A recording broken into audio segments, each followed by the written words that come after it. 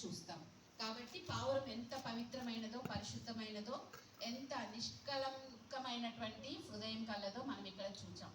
మరి సామాన్యమైన రీతిలో ఆ బిడ్డకు పేరు పెట్టి ఉండరు కదా యోబు గారు.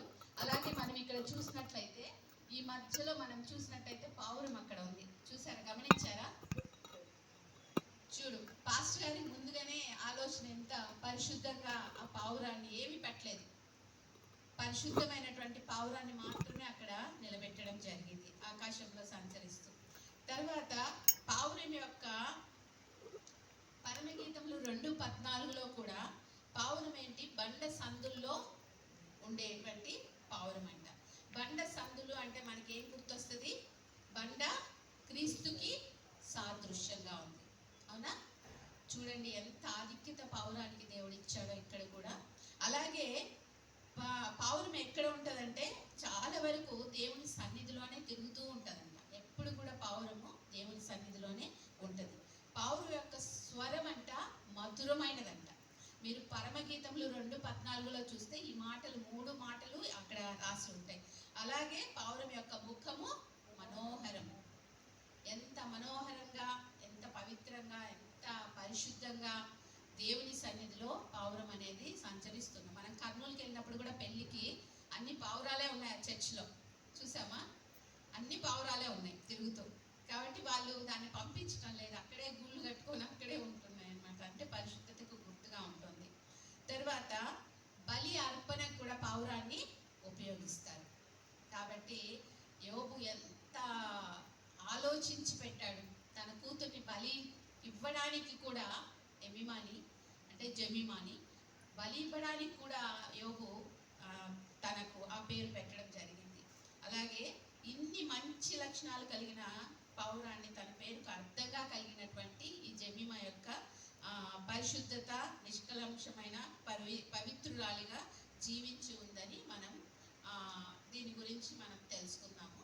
నేను చెప్పాలనుకున్నది ఏంటంటే, మనం యవ్వన కుమార్తెలు ఉన్నటువంటి ఏ తల్లిదండ్రులు అయినా కానీ, నాకైతే కుమారులు 2, నాకు వచ్చిన కోడళ్ళు మాత్రం నేను కుమార్తెలుగానే భావిస్తుంటాను ఇప్పటికీ కూడా. ఎప్పుడు నాకు కుమార్తెలే వాళ్ళు, ఎందుకంటే నాకు కొడుకులే కాబట్టి. దాని విషయంలో నేను మైథిలి వీళ్ళందరినీ కూడా నా డాటర్ అని చెప్తుంటాను. ఎవరినైనా అడిగినప్పుడు నా డాటర్ అని చెప్తుంటాను అనమాట. కొంతమంది జూడీ కానీ ఇట్లా కొంతమంది కనిపించినప్పుడు మా పాప అని చెప్తుంటాను అనమాట. అది ఆటోమేటిక్గా వచ్చేస్తూ ఉంటుంది నాకు నోట్లో. తర్వాత యోబుకి ఏమన్నా తక్కువ ఉందా? యోబు ఏమన్నా తక్కువగా అయిన వ్యక్తి? 2 అంటే మొదటిసారి కన్నా ఇంకా ఎక్కువగా దేవుడు అతనికి ఎంతగా యెహోవా యోబుని మొదట ఆశీర్వదించిన కంటే మరి అధికముగా ఆశీర్వదించను. అతనికి 14,000 గొర్రెలను, 6,000 ఒంటెలను, 1000 జతల ఎడ్లను, 1000 ఆడుగాడిదలను కలిగి ఉన్నాడు, అవునా కాదా? మరియు అతనికి ఏముంది? 7 కుమారులు, 3 కుమార్తెలు. ఇంతకన్నా సమృద్ధి ఇంకేమన్నా ఉందా జీవితంలో మనకి? అవన్నీ ఉంటే అసలు మనం దేవుణ్ణి తలుచుకుంటామా? మనం అనుకుంటామా? దేవుని సన్నిధిలోకి రాగలుగుతామా? రాలేము. కానీ దేవుడు ఎంతగా ఇక్కడ ఆశీర్వదించినా, ఎంతగా దీవించినా, యోబు ఏం చేసేవాడు? తన పిల్లల కొరకు ఉదయమే లేచి ప్రార్థించేవాడు, బలి అర్పించేవాడు. ఎందుకోసము? తన పిల్లలు ఏమన్నా తప్పు చేశారేమో, ఏమన్నా అపవిత్రమైనటువంటి పనులు చేశారేమో, వారు దేవుని దూషించారేమో, వారు ఏమైనా మాట్లాడారేమో అనే ఆ బిడ్డల యొక్క ఆ యొక్క జీవితాన్ని చూచినప్పుడు కూడా వాళ్ళు ఎప్పుడు దేవుని సన్నిధిలో, ఇప్పుడు మనం ఎమీమాని చూసినట్లయితే ఎంత పవిత్రాలుగా, పరిశుద్ధంగా, దేవుని యందు భయము కలిగి, భక్తి కలిగి ఆ కుటుంబంలో ఎలా ఉందో మనం చూడగలుగుతున్నాం. కానీ అయినా కూడా యోబు ఏం చేస్తున్నాడు? తన ప్రార్థన, తన యొక్క బలి అర్పణ దేవునికి అంత విధేయత కలిగి, తన పిల్లలు కూడా అది చూసి అంటే నా తండ్రికి ఇవన్నీ ఉన్నాయి కదా, మాకేం కొరత లేదు కదా, మాకు అన్ని దేవుడు సమృద్ధిగా ఇచ్చాడు కదా, ఇంకా దేవుడిని ఎందుకు మనం అనుకోవాలి, దేవుడిని ఎందుకు తలుచుకోవాలి అన్న మాట జమీమాలో వచ్చిందా? లేదు. కానీ మన జీవితాల్లో మన పిల్లలు మన దగ్గర ఎలా ఉన్నారు? మనకు కొంత ఆస్తి ఉంటే చాలు, మన పేరు చెప్పుకొని, అదేదో చెట్టు పేరు చెప్పుకొని కాయలు అమ్ముకుంటారంటారే, ఆ రీతిలో మన కుటుంబాలు చాలా వరకు ఉన్నాయి. ఈ లోకంలో ఉన్నటువంటి ఈ భయంకరమైనటువంటి పరిస్థితుల్లో ఇంకా ఎంత భయంకరమైనటువంటి స్థితుల్ని మనం చూస్తున్నామంటే నిన్న మొన్న మనం విన్నటువంటి డాక్టర్ కేసు విషయంలో నిజంగానే ఆ బిడ్డ తల్లిదండ్రి ఎంత మానసిక క్షోభకు గురైపోయింటారు. అందుకనే మనం పిల్లలతో ఎలా ఉండాలంటే చాలా ఫ్రెండ్లీగా, స్నేహంగా, వాళ్ళు ఎక్కడ వెళ్తున్నారు, ఎక్కడి నుంచి వస్తున్నారు, ఏం చేస్తున్నారు, ఎవరితో మాట్లాడుతున్నారు, వాళ్ళ ఫోన్స్ మనం చెక్ చేయడం. ముఖ్యంగా ఫోన్లు మనకు పిల్లలు ఇవ్వడం లేదు, వాళ్ళు లాక్ చేసి పెట్టుకుంటున్నారు ఆడపిల్లలు చాలా వరకు. ఇవి మనం గమనించుకొని తల్లిదండ్రిగా మనం ఉండాలి. అదే కాకుండా ఇక్కడ ఇచ్చినటువంటి మాటల్లో 144 కీర్తనలు 144:12 వచనంలో మా కుమారులు తమ యవ్వన కాలమందు ఎదిగిన మొక్కల వలె ఉన్నారు, మా కుమార్తెలు నగరునకై చెక్కిన మూల కంబముల వలె ఉన్నారు అని మనం ఎందరో తల్లిదండ్రులు ఈ రకంగా మాట్లాడగలం. దావీదు రాసినటువంటి కీర్తన ఇది. ఇప్పటికీ దీన్ని మనం చూడగలుగుతున్నాం, ఈ మాటలు వినగలుగుతున్నాం అని అంటే లోకంలో మనం ఎలా ఉన్నాం, ఇప్పుడు ఈ పరిస్థితులు ఎలా ఉన్నాయి, ఆ పరిస్థితుల్ని గమనించే ముందుగా పరిశుద్ధ గ్రంథంలో రాయడం ఇక్కడ జరిగింది.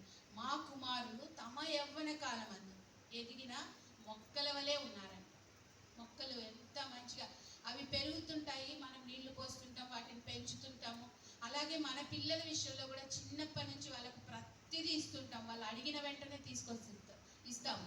మరి పక్క ఇంట్లో ఎవరికైనా పిల్లలకి ఏదైనా కొని ఒక సైకిలో లేకపోతే వాళ్ళకు ఒక వీడియో గేమ్స్ కానీ ఇట్లాంటివి తీసిస్తే నా పిల్లల విషయంలోనే చెప్తా, మా తోడికోడలు వాళ్ళ ఇంట్లో అన్ని వాళ్ళకు ముందు నుంచి సమృద్ధి, వాళ్ళ మమ్మీ డాడీ బాగా గొప్పవాళ్ళు కాబట్టి మా ఇంట్లో మా వారు ఒక్కరే సంపాదించాలి, మేము ఏదైనా కొనివ్వాలి మా పిల్లలకి. వాళ్ళ ఇంట్లో ఉంది అని అంటే కానీ మా పిల్లల్లో ఉన్న గొప్ప మాట నేను అతిశయం కాదు చెప్పటంలో. నా పిల్లలు అక్కడికి వెళ్ళి ఆడుకొని గమ్మన వచ్చి కూర్చునే వాళ్ళు తప్ప ఏ రోజు కానీ వాళ్ళ డాడీని కానీ మమ్మీని నన్ను కానీ ఏ రోజు మమ్మీ శ్రవంత్ అన్నకి ఇది ఉంది, సాయికి ఇది ఉంది మమ్మీ మాకు లేదే ఏ రోజు దేవుని సన్నిధిలో చెప్తున్నాను నేను. అక్కడ ఉన్నంత వరకు వాళ్ళ సింగపూర్ నుంచి టాయ్స్ వచ్చేవి, అన్నీ వచ్చేవి, కార్లు పెద్ద పెద్ద కార్లు వాళ్ళకు ఉండేవి. కానీ ఏ రోజు నా బిడ్డలు అడగలేదు, ఏ రోజు వాళ్ళకు మేము తీసివ్వలేదు. ఎందుకంటే అక్కడికే వెళ్ళి సంతృప్తిగా వాళ్ళు ఆడుకొని వచ్చేవాళ్ళు. నా పిల్లల గురించి నేను గొప్పగా చెప్పటం కాదు కానీ ఏ విషయంలో కూడా పిల్లలు ఆ రీతిగా మసులుకొని ఉన్నారు నా ప్రజెన్స్లో ఉన్నంత వరకు అన్నమాట. అలాగే మన పిల్లలకు మనం ఏం చెప్పగలుగుతున్నాం, ఏం మాట్లాడగలుగుతున్నాం, ఎలా ఉండగలుగుతున్నాం, ఏ రీతిగా వాళ్ళని ఒక దారిలోకి మనం తీసుకురాగలిగే తల్లిదండ్రిగా మనం ఉన్నాం. ఈరోజు యవ్వనస్తుల పరిస్థితి ఎంత భయంకరంగా ఉందంటే పాస్టర్ గారు పదే పదే పదే పదే చెప్తున్నారు. నేను అదే ఈ మెసేజ్ నేను గర్వించుట అనే దాని గురించి ఇక్కడే ఈ బుక్లోనే రాసుకొని ఉన్నాను, ఒక 5-6 పేజీలు రాసుకొని ఉన్నాను. కానీ ఎందుకనే ఒక 3 days బ్యాక్ నాకు ఈ యవ్వనస్తుల గురించి మాట్లాడమని పదే పదే నాకు వినిపిస్తోంది. అప్పుడు నేను వెతుకుతూ ఉంటే యూట్యూబ్లో నాకు యోబు యొక్క కూతురు, మనకు తెలియదు అసలు 3 బిడ్డలనే తెలుసు కానీ వాళ్ళ గురించి పెద్ద అవగాహన మనకు లేదు. కానీ నేను దాన్ని చూసినప్పుడు ఎక్కడ పెద్ద యూట్యూబ్లో కూడా పెద్ద ఇదిగా లేదు. కానీ నా యొక్క తలంపులతో నేను ఈ వాక్యం చదివినప్పుడు ఓకే నేను ఇలా మాట్లాడాలి, ఇలా చేయాలి, ఇలా ఉండాలి, ఈ రీతిగా మనం యవ్వనస్తుల గురించి మాట్లాడటం చాలా అవసరమేమో. ఇప్పుడు పాస్టర్ గారు పదే పదే ఇది గుర్తు చేస్తున్నారు కాబట్టి ఇది చాలా అవసరమేమో అని చెప్పి నేను అనుకొని ఈరోజు నేను ఇది మాట్లాడటం జరుగుతుంది మీతో. ఇదే కాకుండా మనము ఎలా ఉండాలి, దేవునికి ప్రతినిత్యము మన బిడ్డల గురించి ప్రార్థించే తల్లిదండ్రిగా ఉండాలి, ప్రార్థించే వారిగా ఉండాలి, వారి గురించి మనం మొరపెట్టే వారిగా ఉండాలి. మనం ఇక్కడికి వస్తున్నాం, అందరం ఇక్కడ కూర్చొని అదే పనిగా పాస్టర్ గారు ఇంత మంచి సిట్అవుట్ మనకి ఇచ్చారు, ఎంత చక్కగా మోకాళ్ళని ప్రార్థన చేసి, ఎవరు నొప్పులు ఉన్న వాళ్ళైనా సరే, ఎంత బాలేని వాళ్ళు, ఎంత బలహీనతలో ఉన్న వాళ్ళైనా కానీ ఇక్కడికి వచ్చి చేసుకోవడానికి అనుకూలంగా మనకు దేవుడు ప్రేరేపణతో పాస్టర్ గారి ద్వారా మనకి ఇది ఇచ్చాడు. అలాగే యోబు యొక్క పిల్లలు ఏ రీతిగా ఉన్నారు, ఊజు పట్టణానికంతా చాలా అందమైనటువంటి బిడ్డలుగా ఉన్నారు. మన పిల్లలు కొంచెం అందంగా ఉంటే మనమే ఎక్కువ వాళ్ళని ఎంత ఇది చేస్తామంటే అంత ఫ్యాషన్లో చేసేస్తాం. మా పిల్లలు ఇంకా అందంగా ఉండాలి, ఇంకా బాగుండాలి, ఇంకా అట్లుండాలి ఇట్లుండాలని అంటే నేను అందరి గురించి మాట్లాడుతున్నాను, ఎవరు మా అమ్మల్ని మాట్లాడారని దయచేసి అనుకోవద్దండి, అందరి గురించి చెప్తున్నా. మా అమ్మ సంగతే చెప్తాను నేను. చిన్నప్పుడు నేను చాలా నలుపు, ఇంకా చాలా బ్లాక్గా ఉండేదాన్ని, చాలా షార్ట్, ఇప్పుడు కూడా షార్టే అనుకోండి. అప్పుడు ఇంకా చాలా చిన్న పిల్లగా, 10 ఏళ్ళు వచ్చినా కూడా చాలా చిన్న పిల్లగా ఉండేదాన్ని. మా అమ్మ నాకు ముందు నుంచి నా వెంట్రుక పొడవు కాబట్టి ఇవన్నీ ఇలా తిప్పేది, ఇలా తిప్పి కాటుక ఇంత కాటుక పెట్టి పూలు పెట్టి శుక్రవారం వేళ కూడా ఒక పెద్ద జడ కుట్టేసేసి పట్టులంగా పట్టు జాకెట్ వేసి పంపించేది. ఎవ్రీ ఫ్రైడే అలా నేను స్కూల్కి వెళ్ళేదాన్ని. మా పిల్లలంతా మీ మమ్మీకి ఇంత ఓపిక, మీ అమ్మకి ఇంత టైం ఉంటుందా అని అడిగేవాళ్ళు. నేను అదే అంటున్నా, అప్పట్లో మాకు అవగాహన లేదేమో, తల్లి ఏం చెప్తే అప్పట్లో వినేవాళ్ళం, ఏది చెప్తే అది వినేవాళ్ళం అనమాట. ఏది మనం ఎదిరించే వాళ్ళం కాదు. ఆమె ఏం చేసినా కానీ నేను గమ్మన నిలబడుకొని, మా అమ్మ ఇట్లా ఇట్లా ఇట్లా ఇట్లా ఇవన్నీ ఇట్లా తిప్పుతూ ఉంటే గమ్మని చూస్తూ ఉండేదాన్ని అనమాట. చూసుకొని స్కూల్కి వెళ్ళిపోయేదాన్ని. కానీ ఇక్కడ యోబు బిడ్డల గురించి అది కాదు ఆయన ఆశించింది. తన అందమైన బిడ్డల్ని ఏం చేశాడు? దేవునికి అప్పగించాడు. ఆ బిడ్డలు కూడా ఏమైనా తప్పిపోయారా దేవుల్లో? ఏ మాత్రం తప్పిపోలేదు. అసలు జమీమా గురించి ఒక పరిశుద్ధాత్మ దేవుడు పావురాన్ని గుర్తు చేశాడు అని అంటే పరిశుద్ధతలో ఎంత పవిత్రమైనటువంటి ఆ జీవితంని ఆ బిడ్డ జీవిస్తుందో మనం ఇక్కడ చూడగలుగుతాం. కాబట్టి మనం ఎలా ఉన్నాం, మన పిల్లలతో ఎలా ఉన్నాం, మన పిల్లలతో సహవాసం మనకి ఎలా ఉంది, దేవునితో మన బిడ్డల సహవాసం ఎలా ఉంది, ఇది మనం గ్రహించాలి. మగ పిల్లలైనా కావచ్చు, ఆడపిల్లలైనా కావచ్చు, ఏదైనా కావచ్చు. కాబట్టి ప్రతి విషయంలో మనము ఏ రీతిగా మన బిడ్డల్ని మనము సరి చేస్తున్నాం. ఎప్పటికప్పుడు జమీమా ఏం చేసేదంటే దేవుని సన్నిధిలోకి వచ్చి నేనేమన్నా పొరపాటు చేశానేమో, యోబు ఎలా చేశాడో, తన బిడ్డలు ఏమన్నా అపవిత్రంగా మాట్లాడారేమో, దూషించారేమో, నిందించారేమో, దేవుణ్ణి ఏమన్నా మాట్లాడారేమో, మనుషులతో లోకంలో ఏమన్నా వెళ్ళారేమో, లోకంతో ఏమన్నా సహవాసం చేశారేమో అని యోబు ఎలా చేశాడో జమీమా కూడా తన యొక్క పవిత్రతను కాపాడుకుంటలో తను దేవుని సన్నిధిలో సహవాసం చేస్తూ దేవునితో ఎలా ఉండాలి, నేను ఎలా గడపాలి, ఏ రీతిగా నిలవాలి అని ఎంత గొప్పగా బిడ్డ చేసిందంటే అంత గొప్పగా ఇక్కడ మనము చూడగలుగుతున్నాం. మా పేతురు 1 పేతురు 3:3 ఏం చెప్పారంటే దీని విషయంలోనే, జడలు అల్లుకొనుట, బంగారు నగలు పెట్టుకొనుట మొదలగు వెలుపటి అలంకారములను పెట్టుకొనుక సాధువైనట్టు మృదువైనట్టు గుణమును అక్షయ అలంకరణగా ఉండాలి అని పేతురు భక్తుడు మనకి ఇక్కడ జ్ఞాపకం చేస్తున్నాడు. మరి మనం ఎలా ఉన్నాం? ముందు మనం ఎలా ఉన్నాం, మన పిల్లలతో మనం ఎలా ఉన్నాం? అవునా కాదా? ఇది మనం చాలా బాగా నేర్చుకోవాలి. ఇది పరిశుద్ధాత్మ దేవుడు మాట్లాడిన మాటలే నేను ఇక్కడ చెప్తున్నాను, కానీ నా సొంత మాటలు అయితే కాదండి. కాబట్టి మనం ఏ రీతిగా ఉన్నామో మనల్ని మనము సరి చేసుకోవాలి. మనము పిల్లలకు ప్రతినిత్యం గుర్తు చేసేవారిగా ఉండాలి. మన పిల్లలు బయటికి వెళ్ళి వచ్చినప్పుడు కూడా ఈరోజు ఏం జరిగింది, ఎవరితో మాట్లాడారు, ఏ క్లాసులు జరిగాయి, ఏం చెప్పారు, ఎంతసేపు ఉన్నారు, ఎంతసేపు ఎక్కడికి వెళ్ళారు, ఏం తిన్నారు, ప్రతిదీ మనం మాట్లాడే వాళ్ళుగా ఉండాలి. ప్రతిదీ. నేను నా 2 పిల్లలు స్కూల్లో ఉన్నప్పుడు వాళ్ళతో పాటు నేను స్కూల్లో నాన్ టీచింగ్ వర్క్ చేశాను. ఎందుకంటే నా పెద్ద కొడుకు ఎప్పుడు చూసినా యాబ్సెంటీస్ కాదు, కానీ హోంవర్క్ ఇస్తే రాసేవాడు కాదు.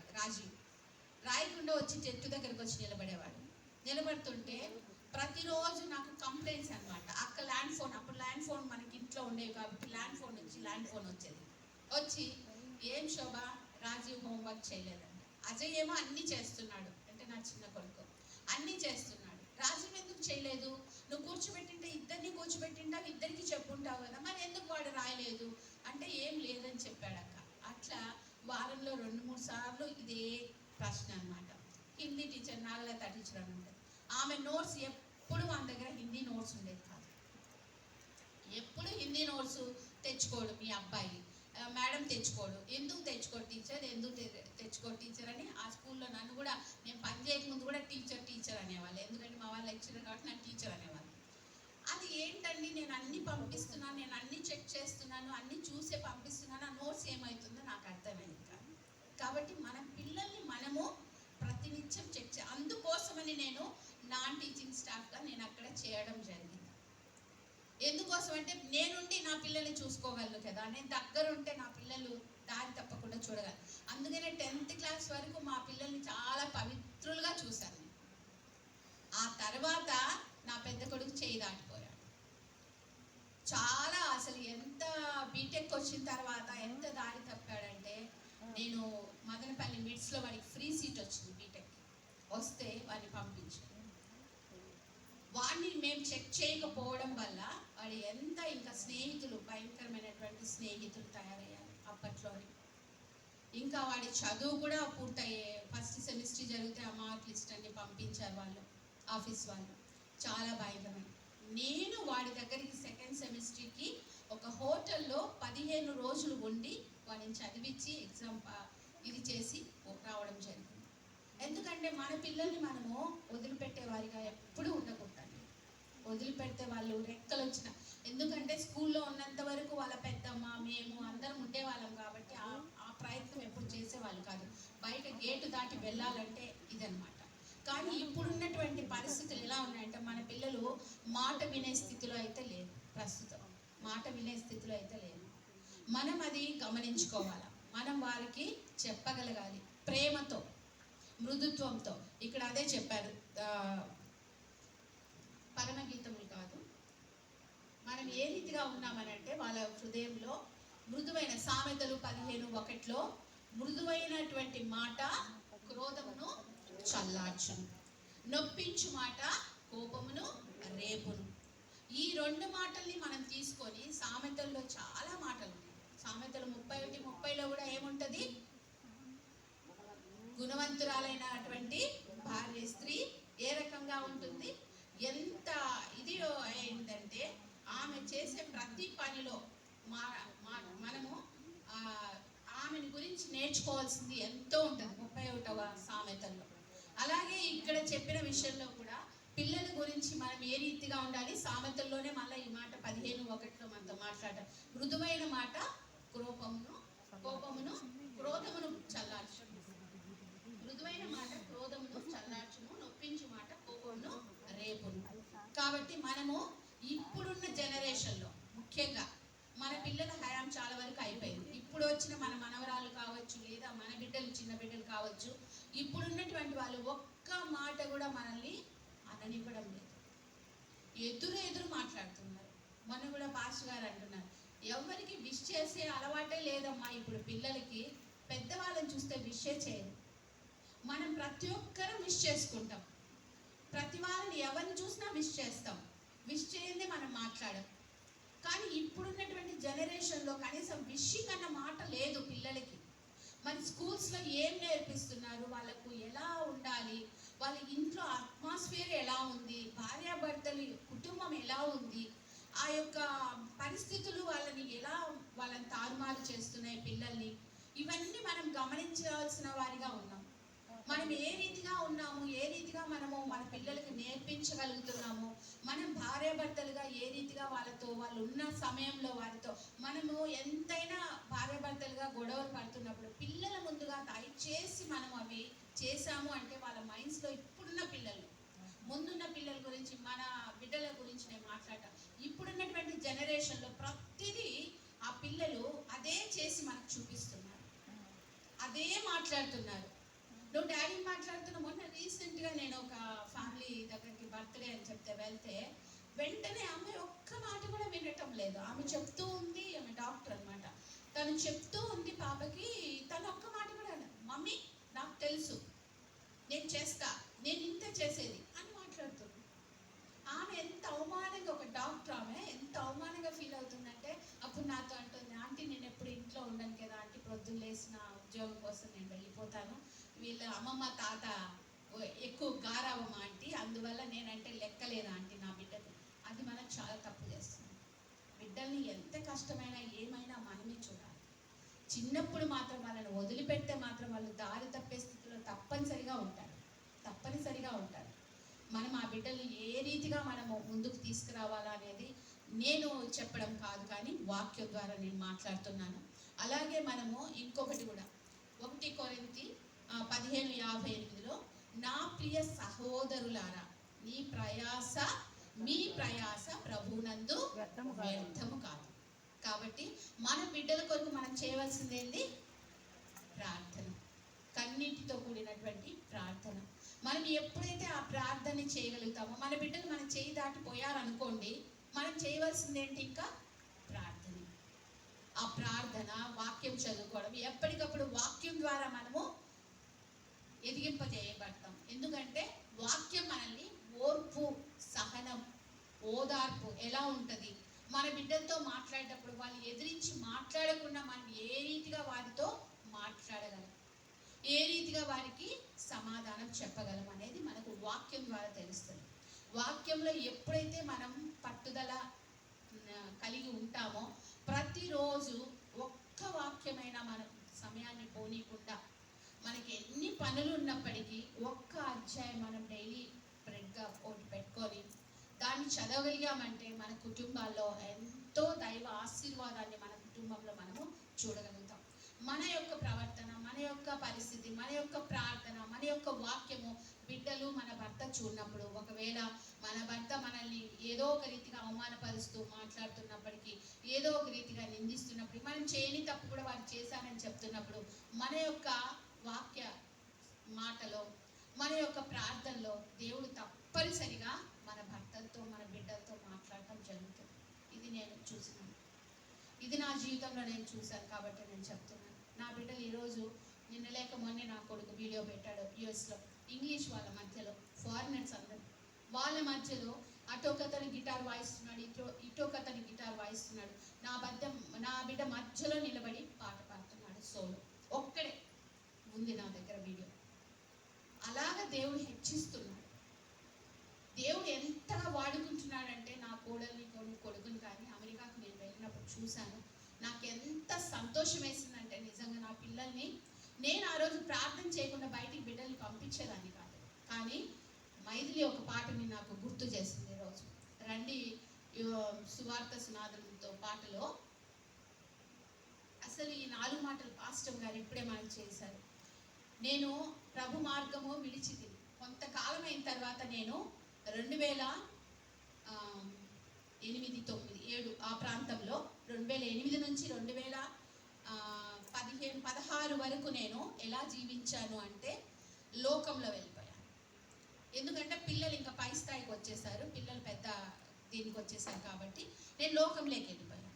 లోకంలోకి వెళ్ళిపోయినప్పుడు ఈ మాటలే నాకు ఇప్పుడు మైథిలి గుర్తు చేసిన తర్వాత నాకు చాలా ఏడుపు వచ్చింది. ఇక్కడ ఆ 4వ వచనం పాడుతుంటే ఏడ్చేశాను నేను. ప్రభు మార్గము విడిచితిని, ప్రార్థించుట మానితిని, ప్రభు వాక్యము వదిలితిని, పరమార్థము మరచితిని. ప్రపంచ నటనలో ప్రావీణ్యము పొందితిని. నిజంగానే దేవుడు నాకు వాగ్దానాలు ఎలా ఇచ్చేవాడంటే, నిన్ను తలగా చూపిస్తాను తప్ప తోకగా చూపించాను. మనం అప్పుడు ఏం ఆలోచిస్తామో, దేవుడు లోకరీతిగానే అనుకుంటున్నాళ్లే అని నేను అనుకున్నా. కానీ అది కాదు వాస్తవం, ఇది వాస్తవం. ఇక్కడ ఉండటం వాస్తవం. ఇది నేను తెలుసుకోలేకపోయాను, ఇది నేను గ్రహించలేకపోయాను. సీఎం దగ్గర డైరెక్ట్ వెళ్ళిపోయేదాన్ని. ఏ ఇది నాకు ఉండేది కాదు, ఏ అడ్డులు ఉండేవి కాదు.